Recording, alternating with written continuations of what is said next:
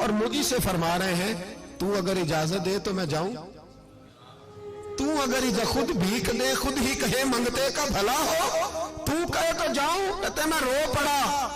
میں نے کہا محبوبہ نام کیا ہے؟ اس شانوں والے باپ کا نام بتا دے جس کے ہاں آپ جیسا نور نظر پیدا ہوا، اس شانوں والی ماں کا نام بتائیں جس نے آپ جیسا لال جنا، قبیلہ بتائیں۔